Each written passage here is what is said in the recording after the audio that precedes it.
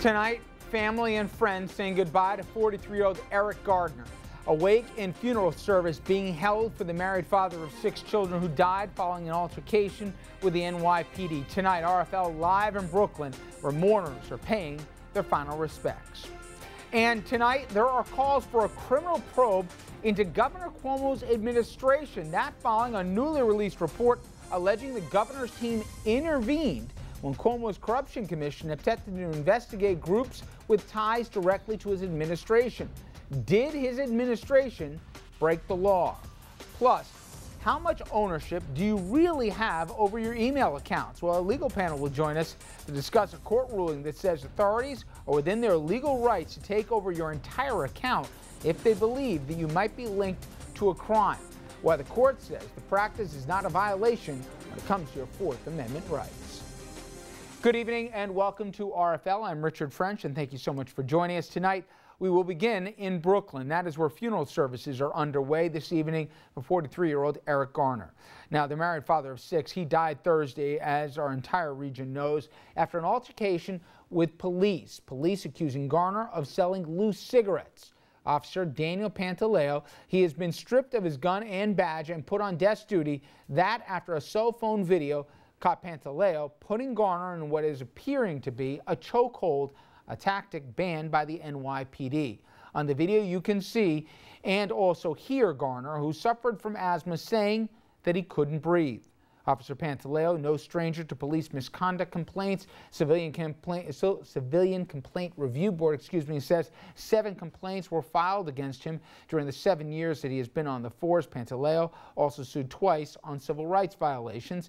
And a CCRB study also states that more than 1,000 city residents have reported chokeholds allegedly carried out by the NYPD officers in the last 5 years. 58 chokehold complaints as of July 1st. And more than 1,000 allegations were reported between 2009 to 2013, and of those, more than 460 cases were investigated. And also in that 4-year period, an oversight board substantiated 9 chokehold complaints against the police department. Now, the NYPD patrol guide says very clearly in black and white that members of the NYPD will not use the practice known as chokehold, going on to say the chokehold shall include but not be limited to any pressure to the throat or windpipe which may prevent or hinder breathing or reduce intake of air. Well, Tuesday, the police commissioner, Bill Bratton, announced swift action, saying all of the department's 35,000 officers will undergo retraining. There will be a retraining of every member of the New York City Police Department in the weeks, months, and potential years ahead. Now, in addition to the cops, 2 paramedics and 2 MTs, they're suspended without pay as officials investigate their actions. They came upon the scene after the incident with Mr. Garner, and as the video shows, they didn't perform CPR on Garner or, for that matter, bring a defibrillator or oxygen. Tonight, family and friends, they say goodbye to Mr. Garner at Bethel Baptist Church in Brooklyn, and that is where we are joined live by Dominic, who is standing by. Dominic?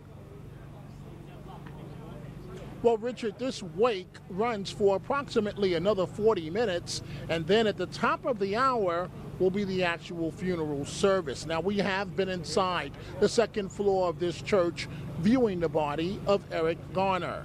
We can tell you that folks here are angry and sad, Richard, at the same time.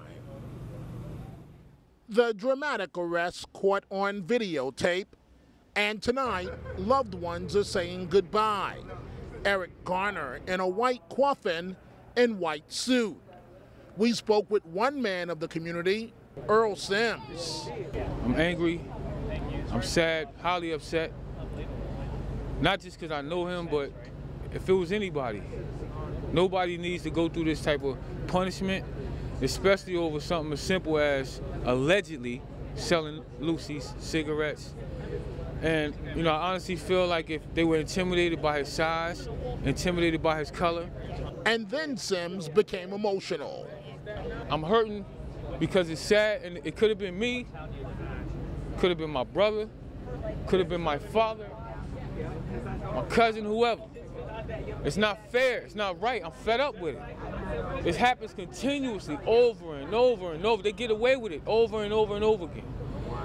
It's tiring, it's sickening. Like, how many times we gonna let them get away with this?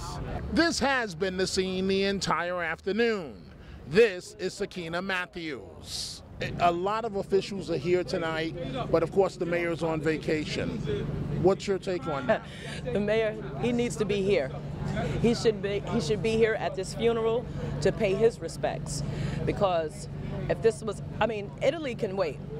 You know, he could have postponed his trip. He could have came here just to show the family that he's behind them.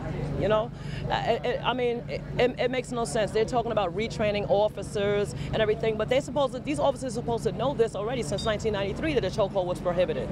So what is there to retrain? They know what they're doing. They're going to continue to do it if they're not made an example of. And it has to, just like Eric said, this stops today. It has to stop today, or if this is going to continue to happen.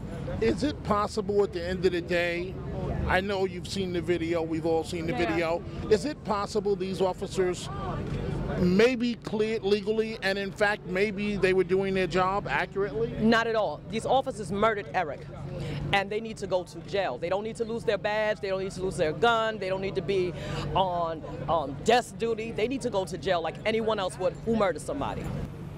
And so, Richard, what's going on at this hour right now, we want to show you some pictures. These are the family members of Mr. Garner as they arrived here at the church about 15 minutes ago, give or take. They stayed inside the vehicle for a little bit of time, perhaps gathering themselves for the moment of when they walk inside to the second floor of the church and actually see the coffin that is standing there. Now, Richard, we can, that is in the church, we can also tell you a number of elected officials have been here. The borough president of Brooklyn, Eric Adams, the city council speaker of New York City was here. She just made her way inside a few minutes ago.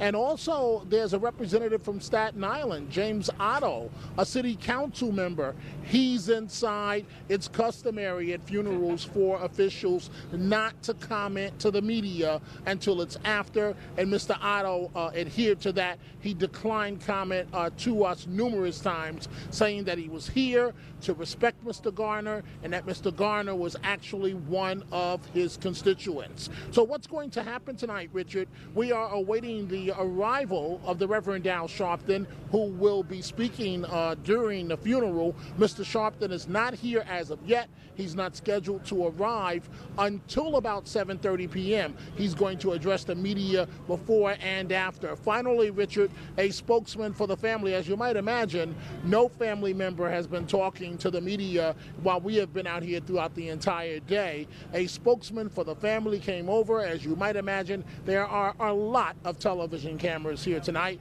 and the spokesman only spoke for about 15 seconds, Richard. He thanked the media, he thanked the city of New York and the public for its support, and then he made his way back inside. So that is the very latest from here. The funeral starts at the top of the hour at 7 p.m. Reporting from Brooklyn, I'm Dominic Carter. Richard, let's go back to you. Hey, Dominic, one quick question. You've covered other incidences that, you know, Baez, the Seon case, that remember, there are other cases. How is this case similar to that? And how is this case different than that as it relates to the community reaction? You know, that's an excellent question, Richard, and I'm so glad that you asked it, because I can give the perspective of having done this for about 30 years and having interviewed the mother of Amadou Diallo and so on. What's different about this case? There is anger there. Make no mistake about it, Richard, as we just showed in the piece, there are a lot of angry people. But what we are sensing is that it's constructive anger. They're not lashing out. We have not seen any calls for violence.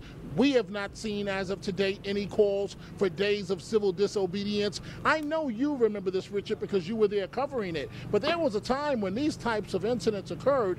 The next couple of days, people would take to the streets in acts of civil disobedience, getting themselves arrested. So we don't know what the future holds as it relates to the Garner case. But I can tell you this much. It appears from what, and we've been on this story all week, it appears that people, while they're angry, they're taking a wait-and-see approach to see, one, what the police commissioner does, two, what Staten Island District Attorney Dan Donovan does, three, if there's no action from Donovan, if the feds might step in with a civil rights violation case, as was done with Anthony Baez. As you remember, Richard, Officer Lavoti, Francis Lavoti, was cleared the last time an illegal chokehold was applied, and that's not to say that it was done this time here, because the evidence has not shown that as of yet, no matter what the videotape seems to indicate. But Mr. Lavoti went to jail for some 7 years in the Baez case. So, Richard, again, it's a great question. I'm glad you asked it, because right now I'm not sensing anger in terms of striking out from the people that are here. And we should also point out the NYPD is doing an excellent job here today. They are assisting the family. You don't see it right now, but right to my left, there are 4 officers with the blue shirts on, with the polo shirts on. That means that they're community affairs. They're here solely for the purpose of helping the public. So police tonight are taking a distance, but yet they're here. They're respectful of the family, and it seems like tonight the NYPD and the community are working together, Richard. All right, Dominic, thank you very much. And as Dominic has said, he's been on this story all week and will continue to do so. Dominic touched on there at the very end about some of the legal questions about where this goes from here, how there may be prosecutions, maybe not, that'll come out of this. And a little bit later in the show, we're going to bring in our legal panel to talk about the case surrounding this death. Could racial bias allegations have any merit in court? Could Garner's death be considered a homicide? All those questions and more. But coming up next, we will head up to Albany. Governor Cuomo finds himself at the center of yet another debate surrounding his now defunct Corruption Commission. Question is, did the governor's team step in when the Moreland Commission attempted to investigate groups with actually ties to his administration? And a new report out says the answer to that question is yes. What does this mean for the governor, as well as his political future, and where does the Moreland Commission go from here? Stay with us.